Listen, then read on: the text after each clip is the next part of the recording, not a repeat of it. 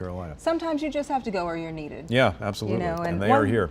One thing Eva said was it just keeps raining. It does, but we are seeing some improvement. Looking at radar, some of our eastern counties are actually seeing a lot more breaks in the rainfall. Things are starting to dry out, but we still have that very heavy rain coming down, pretty much drawing a line down from Henderson, Raleigh to Fayetteville. If you live along and west of that line, that's where the bulk of those showers are right now. And we still have some of those issues with flash flooding. Getting a closer view, really coming down near Roxborough, Person County, central sections of Orange and Durham County. Heavier rainfall just to the south of Burlington, but just a few light sprinkles near Enfield, tracking towards Roanoke Rapids, and almost two different scenarios in Wake County. We have those showers in western Wake near Fuquay Marina, Apex, Holly Springs, but notice near Wendell and also Zebulon, things are dry for the most part. And then in Chatham County, we do have more showers streaming off to the north. Not seeing much in the way of lightning with that. And then in Smithfield, this is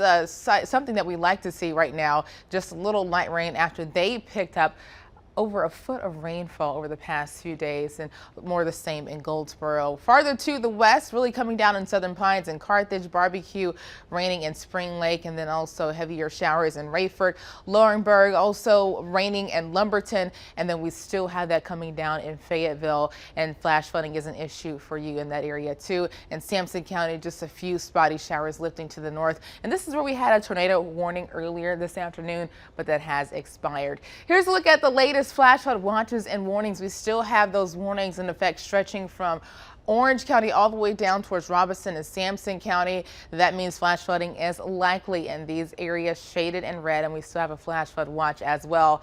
On top of the rainfall totals that we received so far, spots in the triangle could pick up an additional maybe up to 1 to 2 inches, close to 2 to 3 extra inches across the Sandhills, especially the farther south you go in for our western counties. So we had a few tornado warnings a bit earlier, that one for Granville and Vance County. There is still a tornado watch in effect through 11 p.m. Even if you are outside of the watch, I would still stay on alert, because that was the case earlier. We had that one outside for Granville and Vance County. But once again, that highest threat, that will be throughout the Sandhills.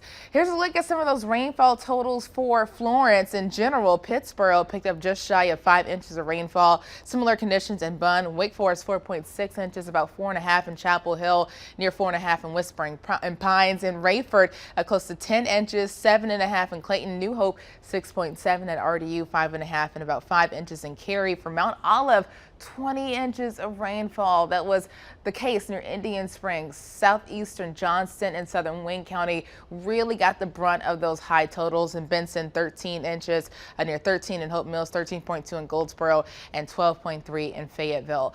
The rivers are flooding as well in some spots, and they will crest well above flood stage. The Cape Fear River near Fayetteville, that's 5 feet above flood stage right now, expected to get as high as 62 feet by Tuesday. The Little River, that's at 24 feet now, getting as high as 34 on Monday. And some of these numbers could go up just depending on how fast that rain continues to fall. These numbers are constantly being adjusted. For the Cape Fear River in Lillington, that is just 2 feet below flood stage, getting as high as 25 by Wednesday. The Lumber River above flood stage at 24 feet, getting near 25.7 later today. And for the Neuse River in Smithfield, that's 3 feet above flood stage, and that will pretty much crest not too far from that tomorrow. In Goldsboro, 22 feet, and that's going to get as high as 26 feet on Tuesday. Looking at the totals, Florence versus Matthew, the crests at the Cape Fear River in Lillington and Fayetteville and the Little River in Manchester are expected to be a tad bit higher than what we saw from Matthew. So definitely a huge storm dumping an unprecedented amount of rainfall all around the region.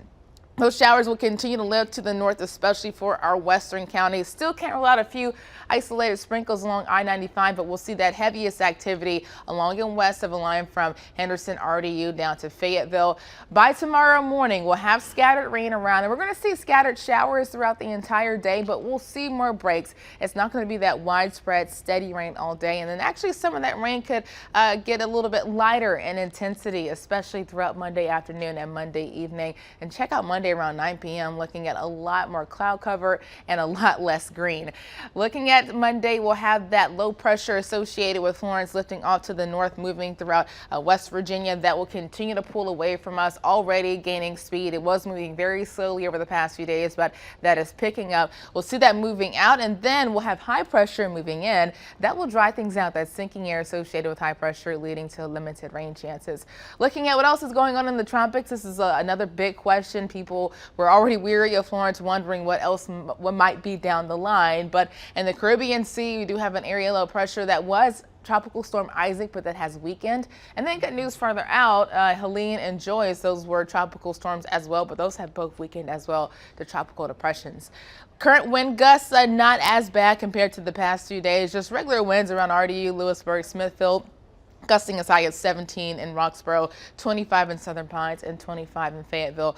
We'll see those winds going down through tomorrow. We have mostly cloudy skies across the area right now, and then we'll continue to see cloudy conditions on Monday. Scattered showers throughout the entire day, but we're not going to have that widespread nonstop rainfall. High temperatures reaching the lower 80s across the Triangle and the mid 80s in the Sandhills. And for the remainder of our 7-day forecast powered by AccuWeather, still fairly wet on Monday and Tuesday, but check out Wednesday, Thursday, and Friday. Even into the first half of the weekend, we'll see a lot more sunshine with high temperatures reaching the 80s and morning lows dipping down into the 60s. But one thing I do want to, say is even though we'll see more sunshine by Wednesday and Thursday, we'll still have to watch, people that live near those rivers that will crest with those very high levels. Yeah.